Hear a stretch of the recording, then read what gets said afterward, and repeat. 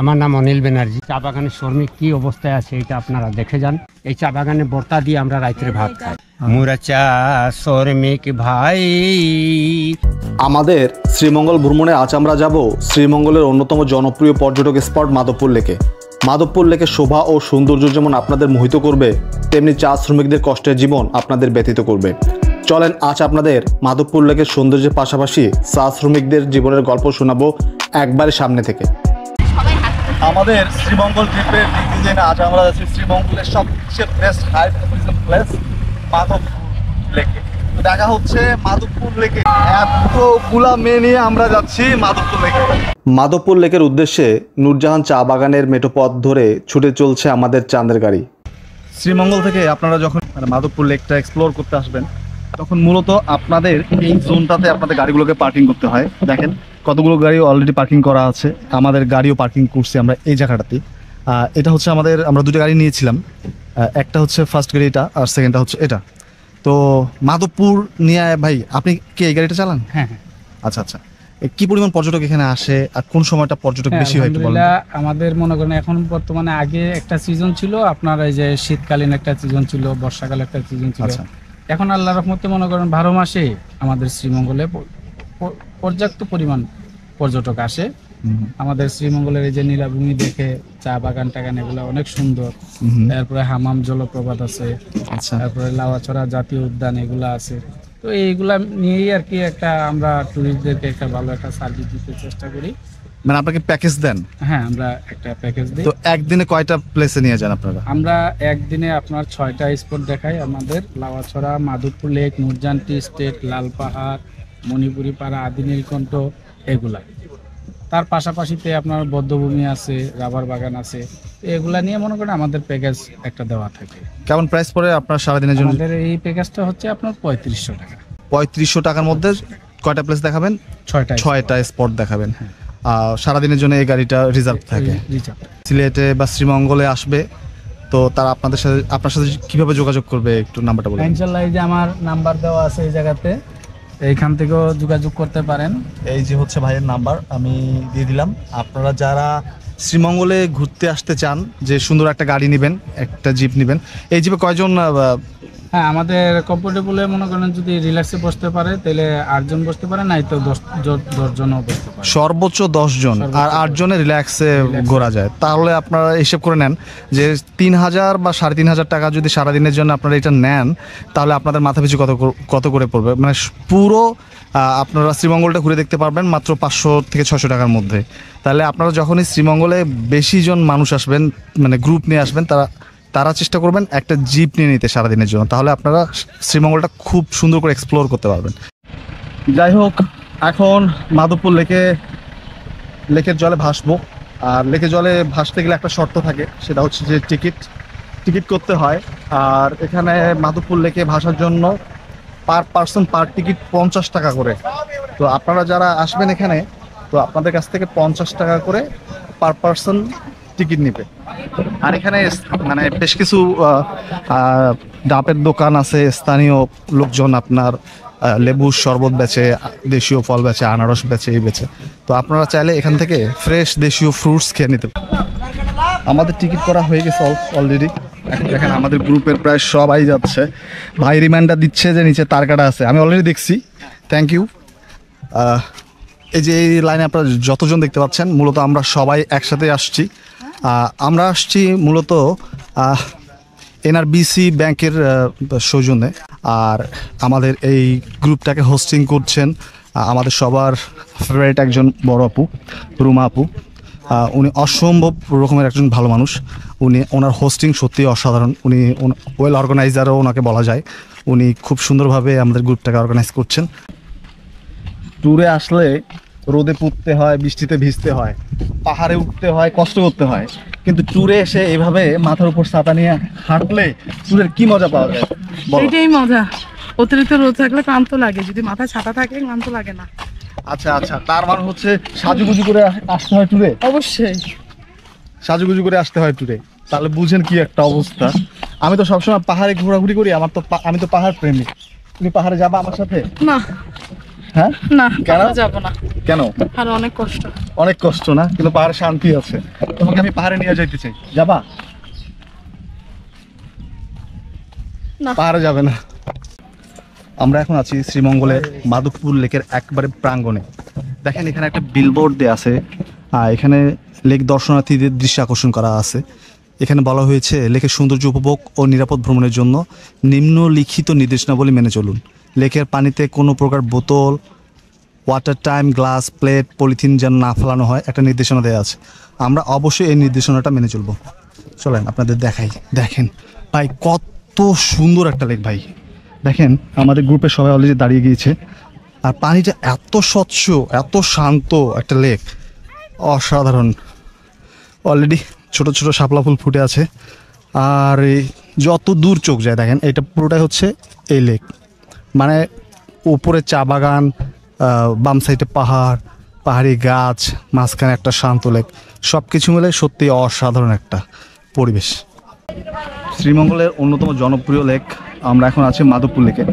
মাধবপুর লেকে যখন আপনারা লেক সাইড দিয়ে হাঁটবেন, দেখেন কী পরিমাণ পর্যটক অলরেডি এই লেকে চলে আসছে। আর কিছু দূর পর পরে আপনারা এই ধরনের বিলবোর্ড পেয়ে যাবেন, যেখানে লেকের ফুল তোলা, গোসল করা, মাছ ধরা সম্পূর্ণ নিষেধ। মানে লেক কর্তৃপক্ষের কিছু নির্দেশনাবলী আছে, আপনারা আসলে অবশ্যই এই নির্দেশনাবলীগুলো একটু ফলো করবেন। আর এখানকার লোকজন আমি যতটুকু দেখলাম অনেক সচেতন, তারা সবাই বলছে লেকে পলিথিন না ফেলতে, বোতল না ফেলতে, ময়লা যেন ডাস্টবিনে ফেলে। মানে সবাই এটা মানতেছে, আসলে এটা মানা উচিত, যেহেতু একটা পর্যটন এলাকা, আর আমাদের নিজের পর্যটন এলাকা, আমাদের দেশ, আমাদের পর্যটন এলাকা। তো এটার সৌন্দর্যটাকে ঠিক রাখার জন্য আসলে আমাদের সবারই এই নির্দেশনাবলীগুলো মেনে চলা উচিত। শ্রীমঙ্গলের মাধবপুর লেকে যখন আপনারা আসবেন, তখন এখানে একসাথে আপনারা বেশ কয়েকটা ভিউ পেয়ে যাবেন। যেমন টি ফরেস্ট পেয়ে যাবেন, টি পাহাড়, আবার পাহাড়ের নিচে ঠিক লেক। আর কি শান্ত একটা লেক, মানে লেকটা এতটাই পরিষ্কার, আসলে আপনারা অভিভূত হয়ে যাবেন। দেখেন কি সুন্দর শাপলা ফুল ফুটে আছে। আর এই লেক থেকে আপনারা চাইলে একেবারে লেকের গভীরে চলে যেতে পারেন। লেক সাইড দিয়ে হেঁটে হেঁটে দেখেন কি পরিমাণ পর্যটক, অনেকগুলো পর্যটক আপনার একবারে ভিতরের দিকে চলে যায়। আপনাদের হাতে যদি সময় থাকে, আপনারা যদি একটু সময় নিয়ে আসেন, তাহলে খুব ভালোভাবে এই লেকটাকে এক্সপ্লোর করতে পারবেন। আমি এখন আছি মাধবপুর লেকের একবারে সিগনেচার প্লেসটাতে। এটা হচ্ছে মাধবপুর লেকের সিগনেচার প্লেস, যার উপরে আছে পাহাড়, টি ফরেস্ট, আর ঠিক টি ফরেস্টের নিচে লেখা আই লাভ কমলগঞ্জ। এটা মূলত মাধবপুর লেক হলেও এই এরিয়াটা পড়ছে হচ্ছে কমলগঞ্জে, তাই এখানে কমলগঞ্জটাকে মেনশন করা আছে। আপনারা যারা আসবেন মাধবপুর লেকে, তারা এই জায়গাটাতে এসে ছবি তুলতে পারেন। মূলত এই লেকে যারাই আসে না কেন, তারা ম্যাক্সিমামই এই জায়গাটাতে দাঁড়িয়ে ছবি তুলে। কমলগঞ্জের মাধবপুর লেক দিয়ে হাঁটছিলাম, হাঁটতে হাঁটতে এখানকার একজন স্থানীয় প্রবীণ ব্যক্তির সাথে পরিচয়, তো ওনার সাথে আপনাদের একটু পরিচয় করিয়ে দিই। দাদা, আপনার নাম কি? আমার নাম অনিল ব্যানার্জি। অনিল দা ব্যানার্জি, তাহলে আপনার কি উত্তরাধিকারী কেউ ইন্ডিয়াতে আছে নাকি দাদা? ত্রিপুরার লোক, আমাদের দাদা দাদি ত্রিপুরাই ছিল। আচ্ছা আচ্ছা। তবে ব্রিটিশ সরকার চা বাগানে, এই চা বাগান যখন তৈরি করলো নতুন অবস্থায়, ব্রিটিশ সরকার ঠগে এনেছে। আচ্ছা আচ্ছা। দাদা দাদিকে ঠগে এনেছিল, মা বাবাকে। তো মা বাবা আজকে আমাদের চলে গেল মাটির নিচে। আমরা তার বাচ্চা কাছে আজকে বাংলাদেশে এই চা বাগানে কষ্ট করে যাচ্ছি স্যার। আচ্ছা। বর্তমান অবস্থায় আপনারা এসেছেন আমাদের গরিব এলাকায়, খুব কষ্টের জায়গা, কিন্তু চা বাগানের শ্রমিক কি অবস্থায় আছে এটা আপনারা দেখে যান, আবার জানে যাবেন। আর মাধবপুর লেক যদি ঘুরেন তাও ভালো, না ঘুরলেও আমি আমার জানা মতো কাহিনী সব কিছু জানি, আমি আপনাকে বলে দিতে পারবো। মাধবপুর চা বাগানের লেক হলো 3.5 কিলো এরিয়া। আচ্ছা আচ্ছা। 13টা পয়েন্ট আছে, 30 ফিট গভীর আছে। মানে এটার গভীরতা 30 ফিট? 30 ফিট গভীর আছে। আর পয়েন্ট কয়টা? 13টা পয়েন্ট আছে। আচ্ছা, এই পয়েন্টগুলো কাজ কি? পয়েন্টে মানে একটা কোনাকুনি, এই যে পয়েন্টগুলো গেছে যে, আচ্ছা আচ্ছা, 13টা পয়েন্ট আছে, 30 ফিট গভীর আছে। আচ্ছা, লেকে মাছ 35 থেকে 40 কেজি ওজনের মাছ আছে এই লেকে? জি জি, পুরনো মাছ। মাছ দেখলে আমাদেরকে ভয় লাগে। আচ্ছা। আর এই মাছ কিন্তু অফিসারগুলা বা ম্যানেজার, গার্ডেনের ম্যানেজার বা হয়তো বাইরে থেকে লোকজন আসলে সারের সাথে পারমিশন নিয়ে বড়শি বাইতে পারবেন। আচ্ছা আচ্ছা। ও মানে তাহলে আমরা যদি এখানে ফিশিং করতে চাই, বড়শি ফেলানো যাবে? জি জি, হ্যাঁ, বহুল বড়শি দিয়ে নিয়ে আসবেন, গার্ডেনের ম্যানেজারের সাথে পারমিশন নেবেন, আপনারা বড়শি বাইতে পারবেন। আর কাহিনী এটাই। আর এটা হলো কমলগঞ্জ এরিয়া। এরিয়াটা পড়ছে কমলগঞ্জে। জি, মাধবপুর চা বাগান, কমলগঞ্জ এরিয়া, ঠিক আছে, থানা কমলগঞ্জ থানা। আর এখান থেকে আমাদের 0 পয়েন্ট আছে 7 কিলো বর্ডার সীমান্ত, বীরশ্রেষ্ঠ হামিদুর রহমান। আচ্ছা 0 পয়েন্টে আপনাদের গাড়ি যাবে, 15 মিনিট লাগবে। এখানে আচ্ছা। বীরশ্রেষ্ঠ হামিদুর রহমান যুদ্ধের সময় হামিদুর রহমানের স্মৃতিসৌধ আছে। আচ্ছা, ইন্ডিয়ান আচ্ছা। বর্ডার গাড়ি, বিজেপি বাহিনী আছে, হুম। তারের বেড়া আছে, ইন্ডিয়ান ঘর বাড়িগুলো দেখে আসতে। তার মানে যারা কমলগঞ্জে আসতে চায়, হ্যাঁ, মাধবপুর লেক ভ্রমণের পরও তারা আপনার বীরশ্রেষ্ঠ হামিদুর রহমানের হ্যাঁ যাওয়া যায়, ওই জায়গাটা ভিজিট করতে পারেন জি জি জি। যদি হাতে সময় থাকে। আরেকটা জায়গা আছে হামাম ঝর্ণা। হামাম ঝর্ণা, হামাম কিন্তু খুব সকালে যাইতে হয়। আচ্ছা। একটা পার্কিংয়ে আপনাদের সময় খেয়ে দিবে, আচ্ছা ঠিক আছে। এটা 3.5 ঘন্টা লাগে হাফ ডাউন টিলার চড়তে নামাতে।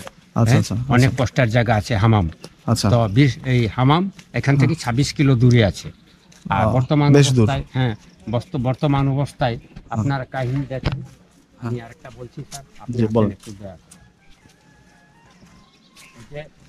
এই যে আমার হাতে দেখছেন চা পাতা, হ্যাঁ হ্যাঁ দুটা পাতা একটা কুড়ি। এই চা পাতার বর্তা, যদি চা পাতা না থাকলে চা বাগানের শ্রমিকের আমাদের অবস্থা খুব খারাপ হইতো স্যার।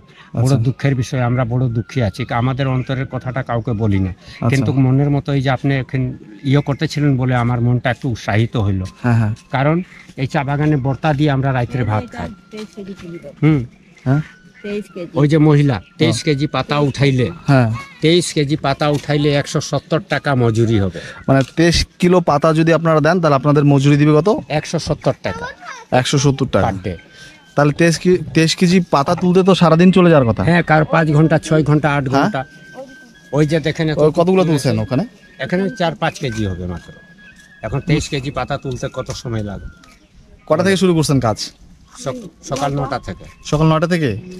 9টা থেকে মাত্র 5 কিলো পাতা তুলতে পারছে, জি। মানে 23 কিলো তুলে 170 টাকা হবে। 170 তাহলে টাকা কি করুন একটা অবস্থা আসলে বলেন চা স্যার, শ্রমিকদের। আমরা তো রাত্রে আমাদের এলাকায় তো তরকারি হয় না, শাকসবজি হয় না, কিন্তু ওই চা পাতার ভর্তা দিয়ে ডাইল বানায়, চা পাতার ভর্তা দিয়ে আমরা ভাত খাই রাত্রে। চা পাতার ভর্তা দিয়ে ভাত খান? জি, চা জি। পাতার ভর্তা হয়? চা পাতার ভর্তা হয়, এটা আমরা আমাদের জান বাঁচাই এটাতেই।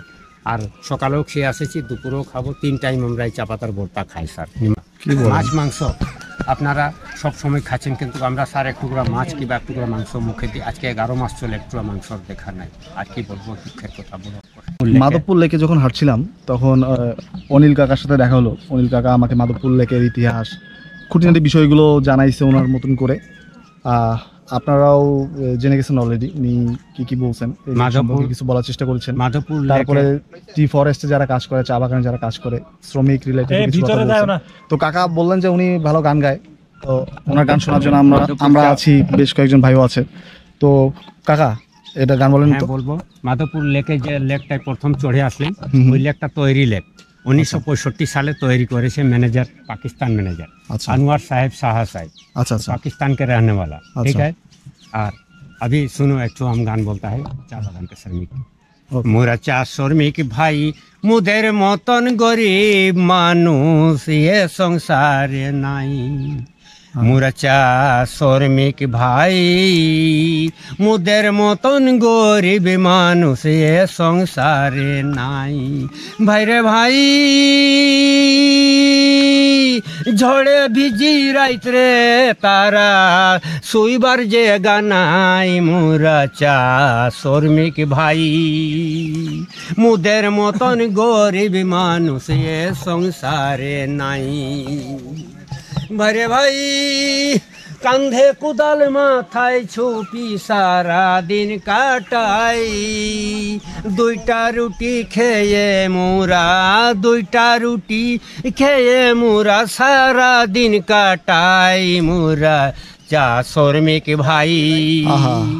মোদের মতন গরিব মানুষ এ সংসারে নাই। ভাইরে ভাই কান্ধে কুদাল মাথায় ছুপি সারা দিন কাটাই। জুকে কাটে মশাই কাটে, জুকে কাটে মশাই কাটে, থাকার যে গানাই। মোরা চা শ্রমিক ভাই মুদের মতন গরিব মানুষ এ সংসারে নাই। মোরা চা শ্রমিক ভাই মুদের মতন গরিব মানুষ এ সংসারে নাই। মাধবপুর লেক থেকে এখন বিদায় নিচ্ছি। দেখা হচ্ছে খুব দ্রুত নতুন কোনো ভিডিও নিয়ে।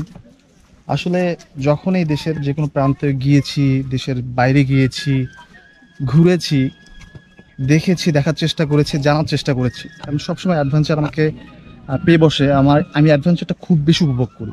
কিন্তু যখন নিজের দেশের ভিতরে ঘুরি, দেশের মানুষগুলোর সাথে, সরাসরি মানুষগুলোর সাথে কথা বলি, তখন নিজের অজান্তে বুকের ভিতরে কেন যেন একটা ব্যথা অনুভব করি যে আমরা তো ভালো আছি আলহামদুলিল্লাহ, আমরা আমাদের লাইফ নিয়ে এসে কত ডিস্টার্ব, কত বিরক্ত, কত ক্লেম আমাদের জীবনে। ঠিক আছে, আল্লাহ তাআলা আমাদেরকে ভালো রাখছে, আমরা একটা কাজ করি, কাজ আছে, একটা ভালো লাইফ আছে, তারপরে আমাদের কত ক্লেম। কিন্তু আপনারা যখন এই প্রত্যন্ত এলাকাগুলোতে আসবেন, এই নিরীহ মানুষগুলোর সাথে কথা বলবেন, তাদের পাশে বসবেন, তাদের জীবনের গল্প যদি শুনেন, ভাই সত্য কথা, জীবন নিয়ে আর কোনো ক্লেমেই থাকবে না, জীবনে কোনো কমপ্লেন থাকবে না। এরা এত সহজ সরল, এত সাদামাটা। দেখেন 23 কিলো চা, প্রত্যেক দিন 23 কিলো চা যখন একটা মানুষ সংগ্রহ করে, তার বিনিময়ে 170 টাকা পায়। আর 23 কিলো চা সংগ্রহ করা মনে হচ্ছে 23 কিলো মনে হয় পারা যায়, কিন্তু সত্যি অনেক কঠিন কাজ। আমি দেখলাম এক দিদি এখানে চা সংগ্রহ করতেছেন, সকাল 7টা থেকে তোলা শুরু করছে, এখন অলমোস্ট 2টা বাজে। উনি 5 কিলো চা সংগ্রহ করতে পারছে। তো ওনাকে সারাদিনে 23 কিলো চা সংগ্রহ করতে হবে, যার বিনিময়ে উনি 170 টাকা পাবে। কাজটা সহজ মনে হলেও অতটা সহজ না। যাই হোক, আপনারা যারা বিত্তবান আছেন, ভালো মানুষ আছেন, সমাজে ভালো অবস্থানে আছেন, আপনারা এদিক সেদিক তো অনেকে অনেকভাবে দান টান করে, আপনারা চেষ্টা করবেন আসলে এই প্রত্যন্ত এলাকাগুলোতে আসতে, আর এই যে নিরীহ মানুষগুলোর সাথে মিশতে, আর যতটুকু পারেন আসলে 100 টাকা, 200 টাকা, 150 টাকা, যতটুকু পারেন এদেরকে সাহায্য করার চেষ্টা করবেন। ঠিক আছে, ভালো থাকবেন সবাই, আল্লাহ হাফেজ।